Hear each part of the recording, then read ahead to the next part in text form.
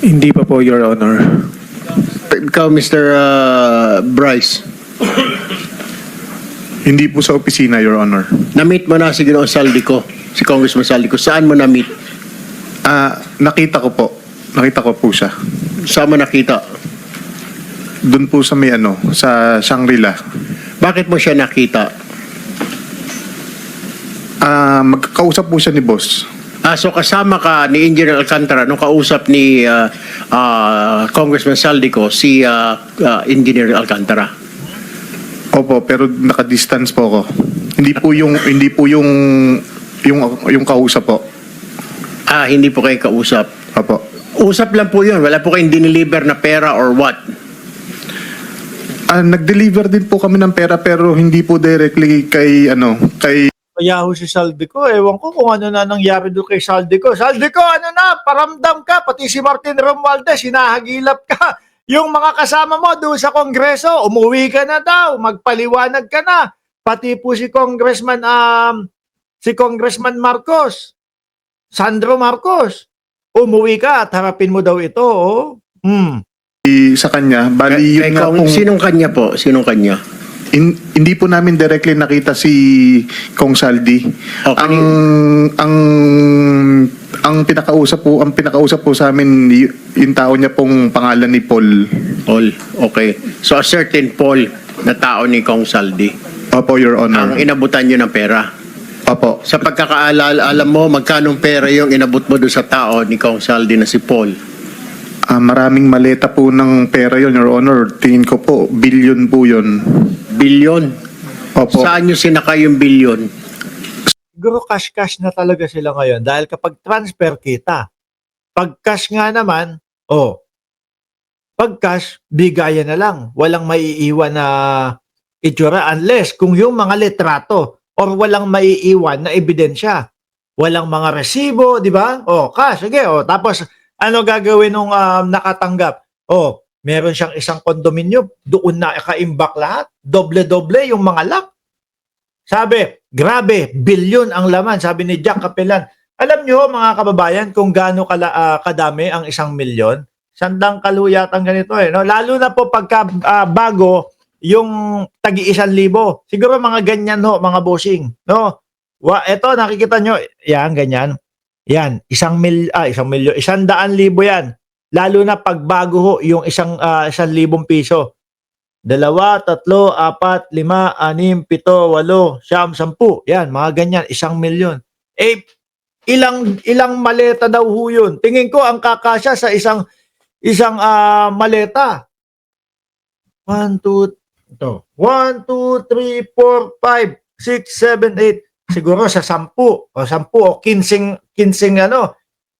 hanay. Tapos 4.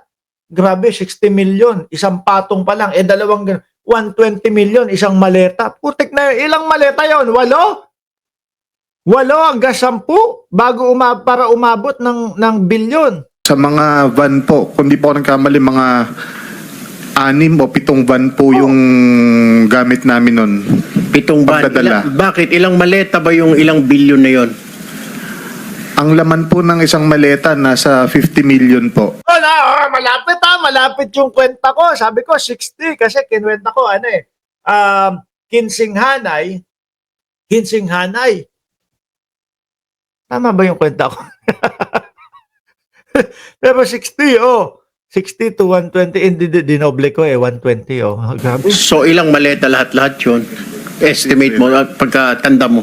Mahigit po sa 20 maleta, Your Honor. At 50 million. Opo. Ito kasi, itong pinagbablagan ho natin, kumbaga, kwarto to, pangatlong kwarto dito, although ilan lang naman kami, 4, yung 2 anak ko, tapos kami mag-asawa. Tapos yung maliit ko, sa amin naman natutulog yun. Ito, bakante to. Kapag hinarap ko doon, tingnan nyo pag iniharap ko doon, makikita nyo mga bossing, mga tambak lang. Kumbaga, bodega to. Biruin nyo, 1, 2, 3, 4, 4. Ilang maleta nandyan? 3. Diba? Imagine mo yung 20 maleta, mga kababayan. Yung dami nun. Di ba? Hindi, yan, kapag ka linagay ko yan sa sasakyan, kunyari, biyahe, 3 maleta, 4 na maleta ang gagamitin. Isang sasakyan. Ilan daw yung dala nila? 7. Grabe, ano? Totoo naman. Halos, kung iisipin mo, tama at tugma naman doon sa sinasabi niya. Your Honor. So mga 1 billion po yun. Tama po ba? Opo, Your Honor. Saan po diniliver ito?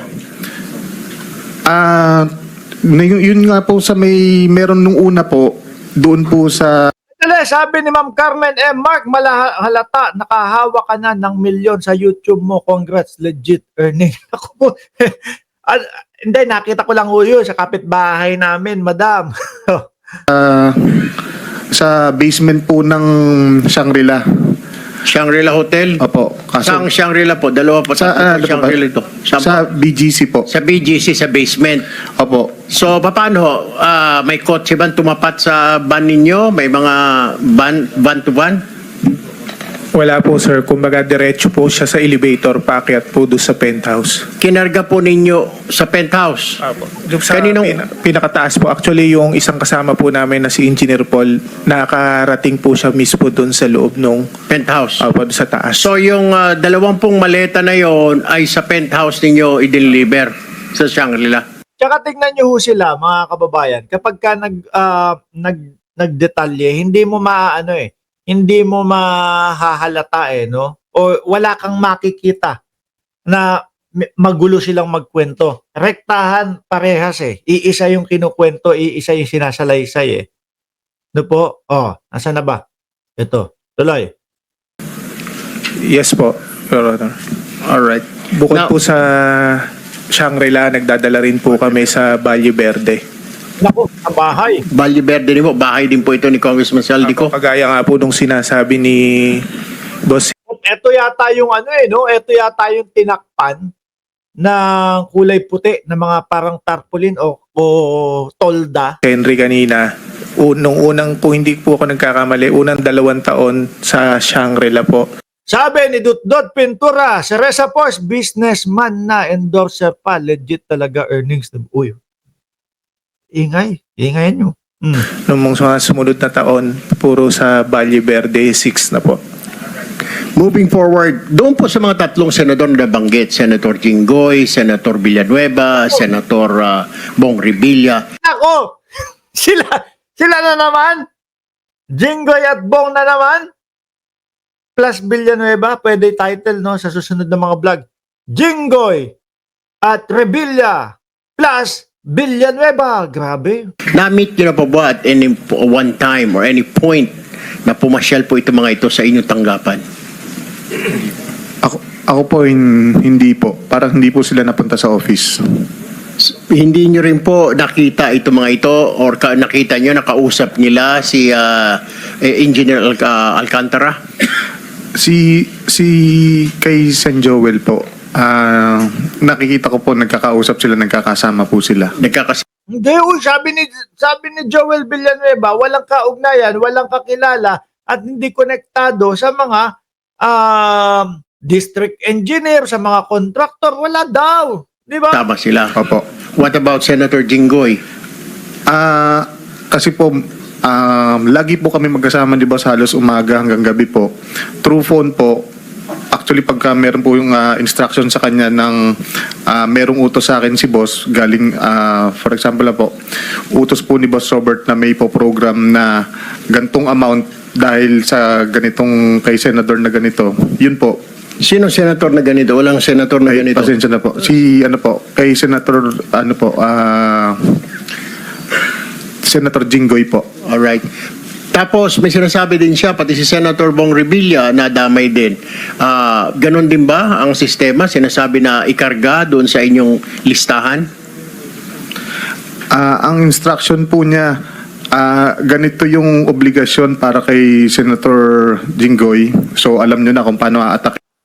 Obligasyon. Grabe, no? Tax ng bayan. Ganito ang obligasyon kay Senator. Grabe. ng programa ng project natin.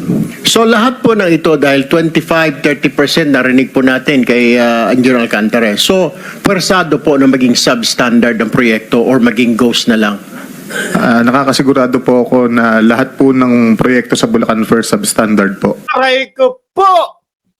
Kaya pala ang ating Pangulo may mga nakikita, mga kababayan, yung lupa, kutkutin mo lang, natutungkab na, nagiging parang buhangin na. Lahat ng proyekto, particular na ang flood control, tama po ba? Lahat po. Opo, Your Honor. Substandard. Tapos na po ba ito? Hindi pa. Hindi ko po alam sa ngayon, Your Honor. Wala po akong way para ma-monitor po siya. All right. Thank you very much. Mr. Chairman. Sorry. Go ahead. Yes, follow-up. With the indulgence of Senator Tulfo. Sure, go ahead. Buti pa dito kay Bryce, hindi nakakaantok. Sabi ni Tato, detalyado si Bryce magkwento, hindi gaya nung kay Alcantara. Yung kay Alcantara, nakakaantok. Tsaka alam mo na merong pinoproteksyonan. Yun yung feeling ko ho, mga bossing.